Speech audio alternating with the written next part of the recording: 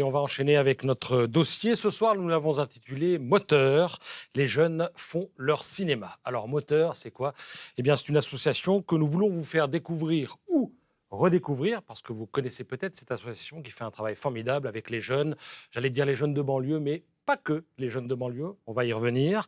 Moteur a notamment organisé un concours qui consistait à donner un smartphone à des jeunes et à leur demander de faire un petit film d'1 minute 30, 90 secondes sur une personne inspirante. Et évidemment, chacun devait choisir la personne qu'il souhaitait. Et nous allons voir le résultat de tout ça. C'est assez étonnant. Mais d'abord, je vous présente les invités qui sont sur ce plateau ce soir. Tout d'abord, Caroline Sénéclose, vous êtes présidente de l'association Moteur. Nous serons en direct par Skype ou par téléphone, si la technique nous trahit, avec Mélinda Demarle, qui est lycéenne, qui est actuellement en terminale à Soissons, dans le département de l'Aisne, et qui a participé au concours auquel je viens de faire allusion. Nous serons également avec Naël Zaïti.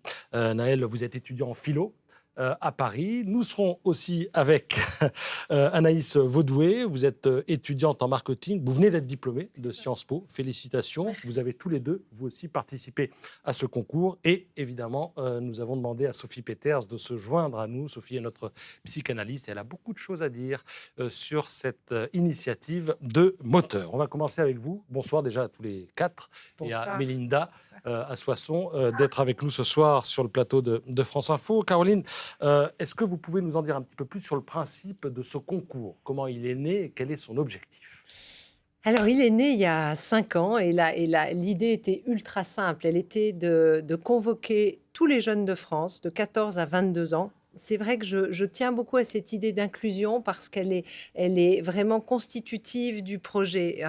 Je voudrais que tous les jeunes de France prennent la parole et réfléchissent à une question centrale et votre invité ce soir nous le dira avec des mots beaucoup plus choisis que les miens, mais il y a une question centrale quand on se construit, c'est avec qui et pourquoi? Qui sont les personnes que j'admire et qui m'inspirent autour de moi. Donc le principe est ultra simple, un concours national qui demande aux jeunes de prendre leur smartphone, ça tombe bien, ils l'ont toujours dans la poche, et de faire 1 minute 30 avec ce smartphone sur la personne qui les inspire à côté d'eux. Ça peut être une grand-mère, un père, un voisin, un médecin, un coach sportif. Qui t'inspire à côté de toi et parle-nous de cette personne-là. D'accord. Alors, plutôt que d'en parler, on va déjà voir certains de ces films. On en a 3 au programme ce soir. On va commencer par Mélinda, dont j'espère qu'elle nous entend là-bas à Soissons. Vous êtes par téléphone, Mélinda, bonsoir. Bonsoir. Alors Mélinda, on va regarder votre film, mais avant, je souhaiterais que vous nous disiez quelle est la personne inspirante que vous avez choisie pour tourner votre film de 90 secondes. Alors moi, c'est une personne assez particulière. C'est une personne qui m'a aidée dans un moment assez compliqué. Ça a d'abord été mon éducateur et à la suite, on a développé une relation assez particulière. Et à l'heure d'aujourd'hui, c'est devenu mon parrain, il m'a parrainé. Et du coup, voilà, c'est à la base, William, c'est mon éducateur. Et je voulais le remercier pour tout ce qu'il a fait pour moi dans cette vidéo. Très bien. Eh bien. Écoutez, Mélinda, ce qu'on va faire, c'est tout simplement regarder votre film. Voilà, vous passez à la télé ce soir. Vos œuvres passent à la télé. Il y en a pour 90 secondes, le portrait de votre éducateur. C'est parti. Le seul et unique moyen d'arriver au bout du chemin est d'accepter de souffrir. On a tous une fois dans notre vie connu un moment de doute, un moment où l'on ne croit plus à rien. Mais c'est à cet instant que tu m'as tendu ta main et que tu m'as aidé à passer au-dessus de mes problèmes. Tu as changé ma vie. Tu m'as appris que peu importe la somme de mes échecs, la seule chose qui comptait vraiment est de ne jamais abandonner. J'ai enduré pas mal d'épreuves jusqu'ici. J'ai perdu un nombre incalculable de personnes qui comptaient pour moi. J'ai vécu loin de mes parents, à l'écart des autres. J'étais juste une enfant fragile, avec un passé douloureux. Une enfant que tu as pris sous ton aile et que tu as conduit au sommet de la réussite. T'es une source d'inspiration, de force et de courage non seulement pour moi, mais aussi pour tous ceux qui te connaissent. Tu m'as aidé à me surpasser, à voir qui j'étais vraiment. Intentionné, bienveillant, généreux ou à l'écoute, il n'y a pas vraiment de mots pour décrire la personne que tu es. Plus qu'un éducateur, tu es mon ami. Une étoile, celle qui me guide dans la vie. Alors merci de m'avoir emmené jusqu'ici. Grâce à tes efforts, je suis une jeune fille prête à affronter le monde. Alors c'est vrai qu'aujourd'hui on a plutôt tendance à envoyer un message pour dire merci. Mais moi j'aime bien l'idée de prendre mon temps, de dire merci comme il le faut, à la hauteur de ce que je ressens.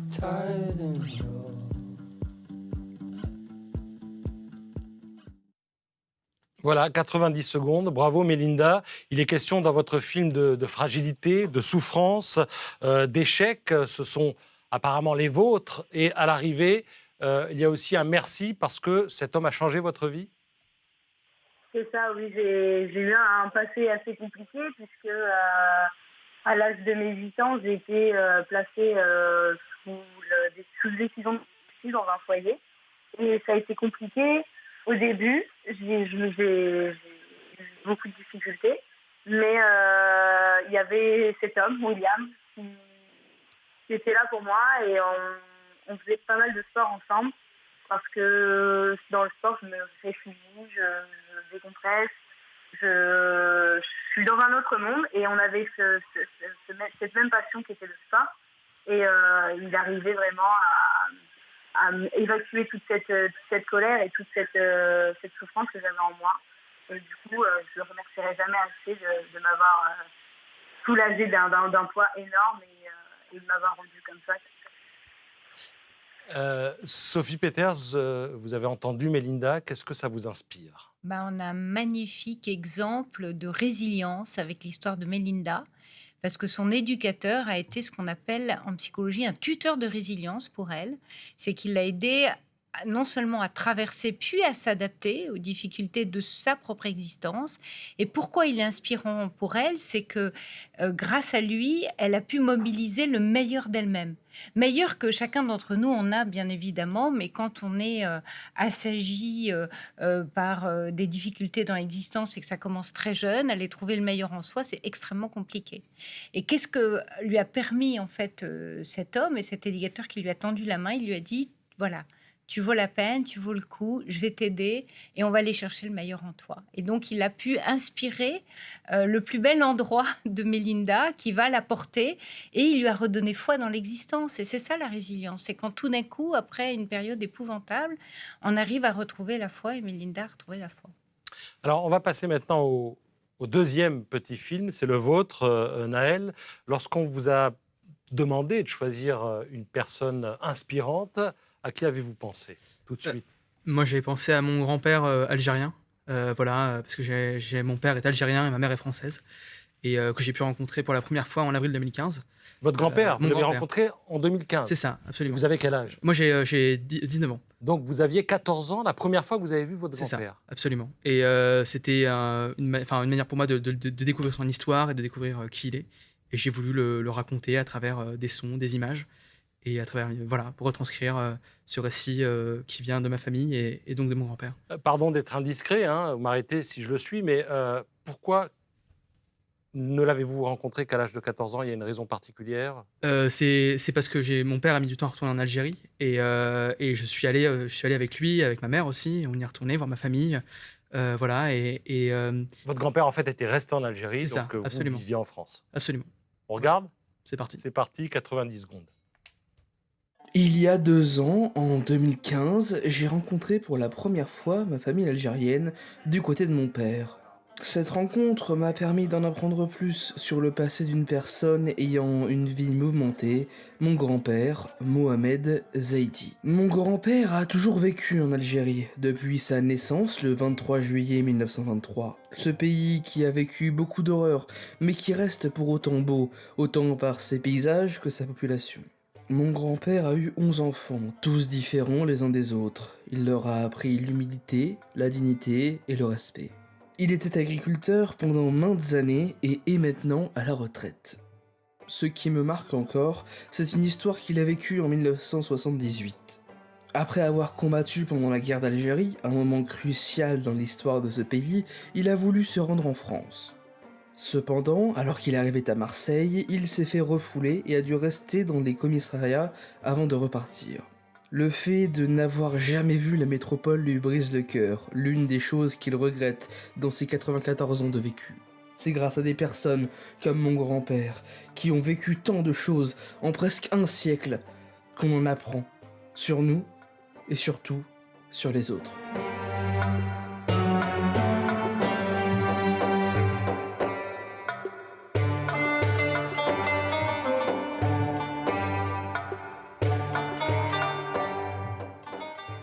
Alors Naël, déjà félicitations pour votre ton, parce que vous êtes serein, vous avez une jolie voix, et vous articulez parfaitement. Donc ça, c'est déjà, vous pouvez déjà capitaliser là-dessus. Et la question que je vais vous poser, c'est est-ce que ce film et le fait qu'il ait été primé dans le cadre du concours moteur, est-ce que ça a changé quelque chose concrètement dans votre vie, et si oui, quoi? Alors oui, déjà ça m'a permis justement de parler de cette histoire, de l'histoire de ma famille, et d'ouvrir des discussions autour de ce sujet-là, grâce à Moteur, avec les lauréats que j'ai rencontrés, mais aussi d'en apprendre sur moi-même, sur l'héritage que je porte en tant que franco-algérien, ces deux identités, et qui n'en sont qu'une seule. Et j'avais aussi envie, voilà, ce désir de cinéma que je porte encore à travers les films que je fais et à travers ce que j'ai envie de faire. Et ça m'a donné envie de parler justement de ces récits. Et je suis actuellement en train de construire justement des projets des projets de cinéma autour de cette identité-là. Voilà. Et les interlocuteurs que vous rencontrez dans cette quête vous écoutent peut-être d'une oreille plus attentive qu'ils ne l'auraient fait si vous n'aviez pas à leur proposer ce travail que vous avez déjà mené. Bien sûr, oui, c'était une manière d'en apprendre sur mes capacités, de les mettre aussi en jeu et de découvrir de quoi je suis capable. Et d'être lauréat Moteur aussi m'a permis d'enrichir grâce à toutes ces rencontres que j'ai faites ensuite. Sophie Peters, on parle beaucoup d'identité en ce moment. Là, on a un exemple concret d'une personne qui cherche son identité, la trouve et s'en trouve, ma foi, bien. Oui, absolument. Et en fait, ce qui est très, très intéressant avec l'histoire de Naël, c'est qu'il devient sujet de son histoire, à un âge fondamental qui est l'adolescence, et qui est l'âge où on fait le tri entre l'héritage des parents et puis, justement, qu'est-ce qui nous inspire, comment on a envie de se construire dans la vie. Et Naël, dans la rencontre de ce grand-père, vous avez parlé de 3 valeurs, et c'était très beau, de dignité, de respect, d'humilité. C'est comme si tout d'un coup, vous étiez choisi qui vous aviez envie d'être dans l'existence au travers de ce grand-père, en étant vous-même sujet de votre histoire, de son histoire et sujet de l'histoire avec un grand H. Et là, c'est vraiment quelque chose de fondateur, en fait. On pourrait dire que Naël, son film raconte l'acte fondateur de Naël et qui va lui permettre de ne pas être objet, c'est-à-dire où il va subir sa vie ou subir des aléas de la vie, mais il va se mettre dans son existence en tant que sujet, c'est-à-dire le jeu qui fonde le sujet. C'est très, très beau.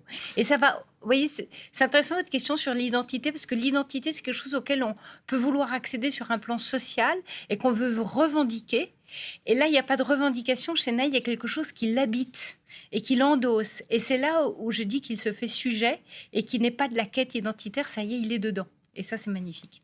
Alors, le grand-père de Naël et le père d'Anaïs. Anaïs, vous avez choisi de filmer votre papa. Oui. Pourquoi votre père ? Je pense que c'était une question que c'est moins facile de parler de nos pères et je trouve qu'on ne leur rend pas forcément assez hommage. Parce que c'est vrai que c'est nos mères en général qui font tout le travail d'élever les enfants, mais mon père, il a été très présent dans ma vie. Et oui, donc c'était une manière pour moi de lui montrer ma gratitude. On va voir d'ailleurs, très présent dans votre vie tout en étant très discret. Il veut, hein, on va regarder le film, on en parle juste après. C'est parti. Aujourd'hui, nous suivons Monsieur V dans son tumultueux périple qu'est la vie en tant que père de famille immigré. Comme vous pouvez le voir, le père de famille immigré est un homme travailleur. Toujours le premier à arriver et le dernier à partir. Le repos n'est pas un concept que l'Afrique post-coloniale lui a inculqué. Vendredi soir, nous avons pu rejoindre notre sujet du jour dans son état naturel, en cette zone hostile communément appelée banlieue. Nous avons pu nous rendre compte que le père de famille immigré, comme beaucoup de son espèce, est un homme pragmatique. Il se présente devant le vendeur de pochette iPhone. Il sort un billet de 20 €. Alors je dis, mais moi je pensais que t'avais pas de sous. Et il dit, mais l'argent, il parle pas. Le père de famille immigré peut être aussi un homme taquin. Oh, j'ai fait le patron. Non, c'est tant mieux. Excuse-moi. Surprenant, notre sujet du jour, un enfant unique avec lequel les relations sont parfois compliquées. Tu vas pas sortir comme ça, regarde tes cheveux. Attends une minute. C'est à moi que tu parles. Faut que tes pensées coloniales, faut que tes pensées patriarcales. Et même si je mets un décolleté, personne ne peut me toucher. Et même si tu payes le loyer, désolé, je peux pas me stopper. Tu fais quoi là? Hein? C'était Hors Stéréotype. À bientôt pour plus de reportages exclusifs. Anaïs, votre père, lorsqu'il a vu le film, comment il l'a reçu? Assez sobrement, même si je pense qu'il était très fier de passer à l'écran quand même s'il voulait pas trop se l'avouer. Et je pense que ça lui a fait plaisir de voir que je le voyais dans son humanité, dans sa complexité et que voilà, enfin que la relation qu'on avait tous les deux me tenait à cœur et que j'ai pu lui rendre hommage de cette façon-là. Alors, je vais nous interrompre le temps du rappel des titres et on revient juste après. Le rappel des titres, c'est avec Soria Khaldoun et c'est tout de suite. Suite de notre dossier, nous l'avons intitulé « Moteur, les jeunes font leur cinéma ». Caroline Sénoclose, on est un petit peu surpris. Vous demandez à des jeunes d'aller chercher des personnes inspirantes. Alors, on peut imaginer qu'ils vont aller chercher Omar Sy, Jamel Debbouze, Zinedine Zidane, Griezmann, Dujardin, je ne sais qui, Jean-Jacques Goldman. Et puis, à l'arrivée, ils vont chercher des gens qui sont juste à côté. Ça vous a surpris? Je l'appelais de mes voeux, à vrai dire. C'était vraiment à la base ce qui me tenait le plus à cœur, c'est qu'ils revalorisent leur environnement immédiat et qu'ils nous disent à nous, la société française et téléspectateurs, qui nous disent à nous, voilà, ceux qui sont autour de nous comptent pour nous et ils comptent pour nous pour telle ou telle valeur. Et que ce soit Anaïs ou Naël l'a très bien exprimé, c'est-à-dire que ce sont des personnes proches qu'on aime et qu'on admire, et on les aime et on les admire pour des valeurs qu'on va identifier et on va leur rendre hommage à travers ces valeurs-là. Donc, réellement, ça m'a surpris que finalement, en appelant quelque chose aussi fort de mes voeux, les jeunes soient aussi promptes à répondre à cet appel en disant « bah oui, on a des gens extraordinairement inspirants autour de nous, c'est pas la peine d'aller regarder à la télévision qui nous inspire plus ou autrement, on les a à côté de nous ». Ça, c'était super important. Vous jugez ça comment, Sophie? Rassurant? Oui, magnifique, voilà. C'est exactement le mot que j'allais employer. C'est rassurant sur la jeunesse. Ça dit à quel point l'humanité a avancé, et merci de nous le montrer. Parce que si on regarde dans l'histoire, les figures pour lesquelles on était capable de sacrifier, ça pouvait être une nation, un pays, des valeurs religieuses. Et puis là, dans cette inspiration, il y a du sacré. Hein. Le sacré, c'est vraiment ce qu'on est capable de donner aussi de soi, et donc ce qui nous inspire par ricochet. Et à cet endroit-là, ce qui est magnifique, c'est qu'effectivement, on retrouve la famille, et on voit bien que dans l'espace d'une génération, la place de l'amour, des liens familiaux ont pris une place énorme, et c'est ça qu'ils incarnent.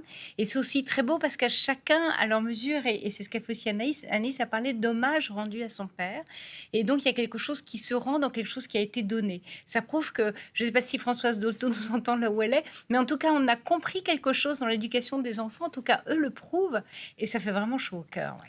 Alors, on va écouter un témoignage, c'est celui d'Éric Taral qui travaille avec vous. Il est administrateur de l'association Moteur. Il est aussi, dans une autre vie, on va dire, parce qu'il en a plusieurs, business angel, donc ça prouve que vous êtes aidé par des gens qui ont parfois les moyens d'aider et qui ne se privent pas de le faire. On écoute son témoignage et ensuite on va peut-être parler de la confiance et du témoignage avec vous deux, les jeunes.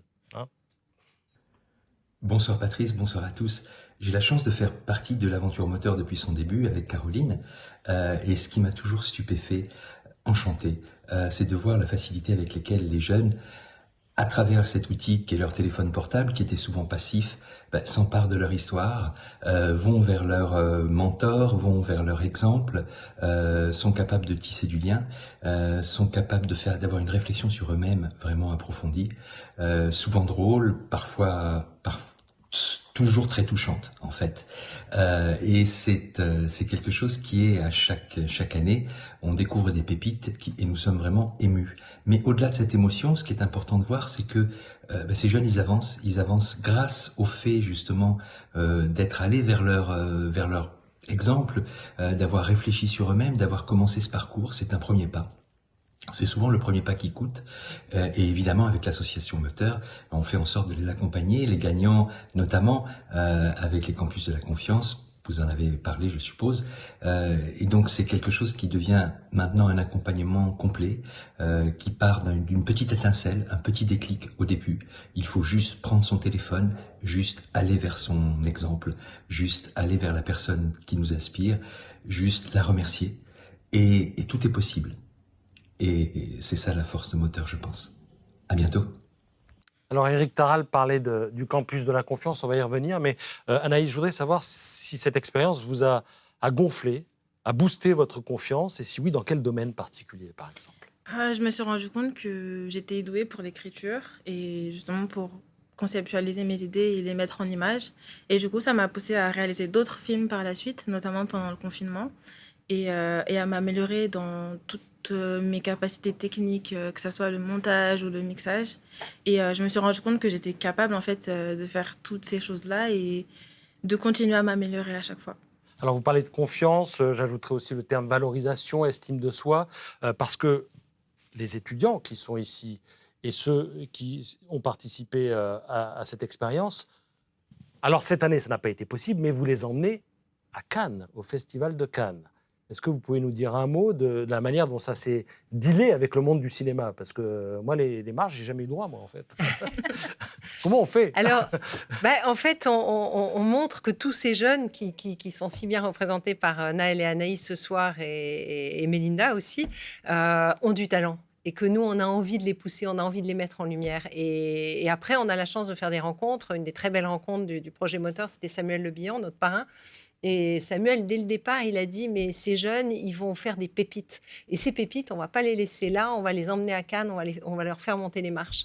Et donc, on doit ça à Samuel. Samuel, on a parlé à Thierry Frémaux, et Thierry Frémaux a dit, mais bien naturellement, parce que c'est des sujets pour lui aussi qui sont importants. Et c'est comme ça que l'aventure à Cannes a commencé. Parce qu'à la base, c'est un projet d'égalité des chances pour donner la parole aux jeunes. Et c'est vrai qu'à Cannes, c'est la parole et les projecteurs. Il nous reste 30 secondes pour évoquer ce que Éric Taral a appelé le campus de la confiance.